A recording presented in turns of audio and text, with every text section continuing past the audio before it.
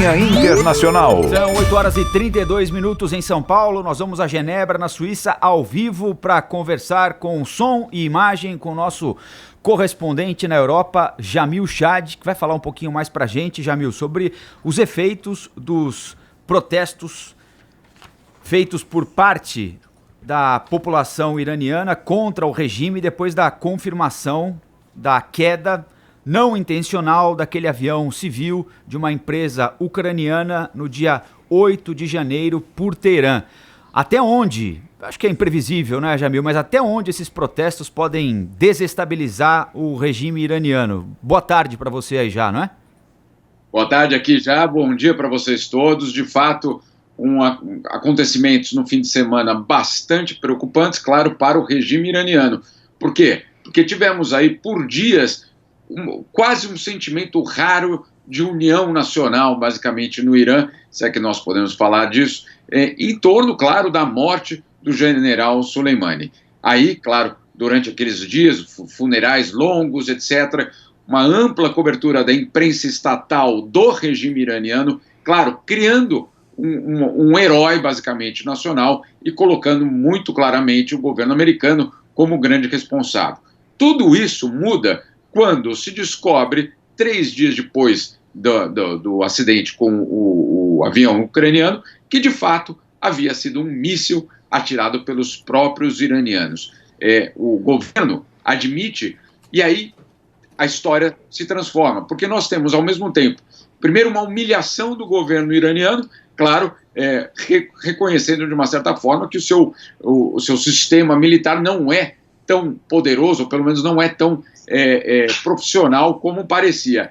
As dois, temos uma população justamente de jovens, porque muitos das vítimas no avião eram estudantes universitários, muitos dos jovens saindo a protestar contra as mentiras, basicamente, do governo iraniano. Então, essa é a situação hoje, 2 dias consecutivos de protestos, a Guarda Revolucionária nas ruas justamente para tentar intimidar, para tentar frear essa onda, mas, como você bem citou, ninguém pode dizer com certeza o que vai acontecer a partir de agora. O que sim existe para o governo iraniano, uma pressão internacional bastante forte e agora uma pressão doméstica bastante importante. Eu falava com pessoas em Teherã ontem por telefone e me diziam que, inclusive, nos protestos, estudantes, principalmente universitários, chegavam a rasgar as fotos de Soleimani que estavam pela cidade. Então você vê aí que, obviamente, a turbulência pode ser importante nos próximos dias. Agora, Jamil, em relação à possível renúncia, queda de lideranças iranianas a partir do crescimento desses protestos domésticos, vamos dizer assim, pela primeira vez a gente vê uma onda, né, importante de protesto contra o governo iraniano por parte de iranianos. A comunidade internacional, aí na ONU, se discute a possibilidade dessa renúncia e queda de lideranças iranianas aí nos próximos dias?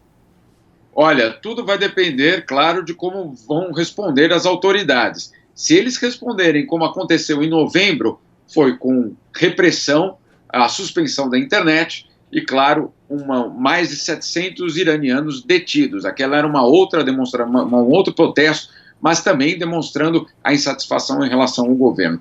Desta vez, assim que as manifestações começaram, nós tivemos não só Donald Trump, mas a própria ONU alertando justamente as autoridades iranianas que não reprimissem as manifestações. Claro, o Ocidente tem todo o interesse que essas manifestações, de uma certa forma, ganhem corpo para justamente enfraquecer o governo iraniano.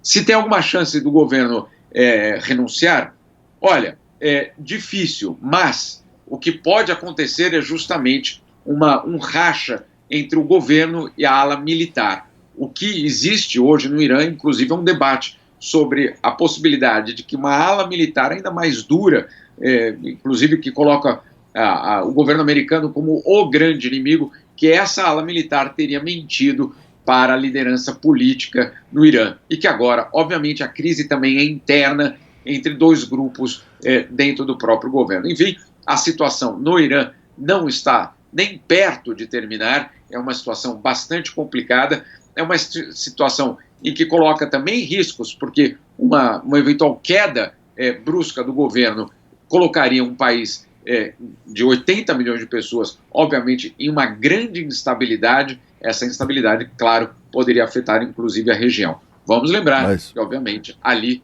nós estamos falando de uma região que tem atores terroristas, vários interesses em jogo e, claro, muita atenção internacional, principalmente em relação ao petróleo. Então, é uma situação que não está nem perto de terminar, mas que, curiosamente, começou de um jeito, né, começou basicamente quase como um presente ao regime iraniano, o fato dessa união nacional ter sido criada nos primeiros dias, e hoje ela é absolutamente uma outra história, uma história de muita tensão interna também no Irã.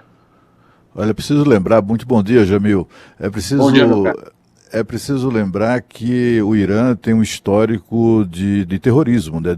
Não só de apoio à prática a terroristas e a grupos terroristas, como também tem uma atitude política mesmo de terrorismo de Estado.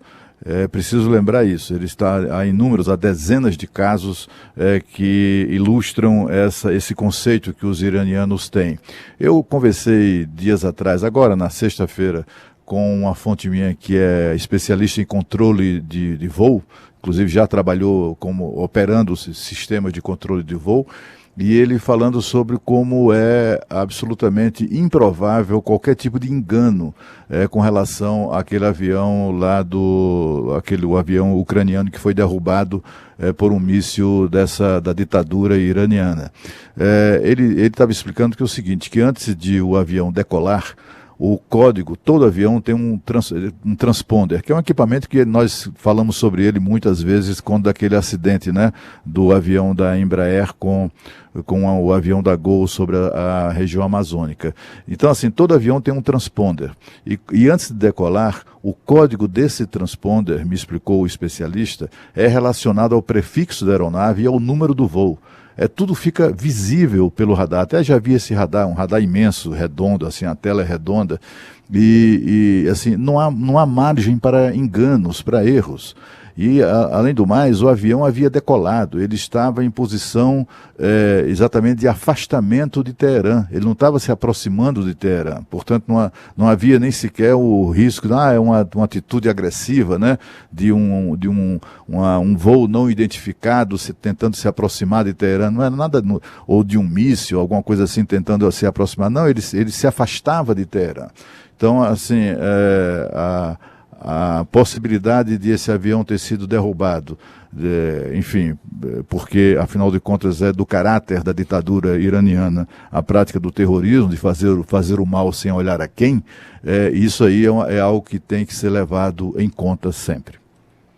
Certamente, inclusive por isso mesmo que as autoridades ocidentais insistem que não adianta só dizer, reconhecemos que foi um erro humano e ponto final. Não, o governo canadense, o primeiro-ministro canadense deixou isso muito claro. Também no fim de semana houve um telefonema entre o primeiro-ministro sueco e o presidente iraniano, porque, claro, no avião estavam 7 suecos também, e aí todos esses contatos exigindo não apenas o reconhecimento de que houve um erro humano, mas, claro, uma investigação e, claro, reparações.